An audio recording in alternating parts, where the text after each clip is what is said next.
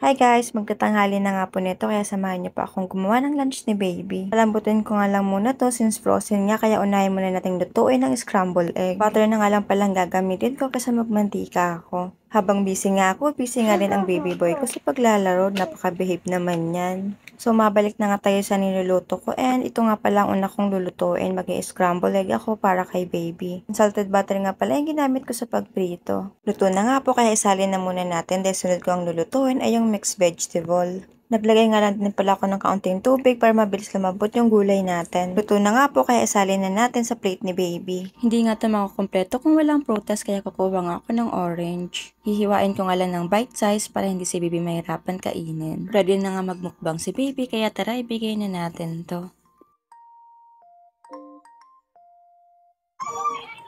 Wow! Opo. Sige nga, susog.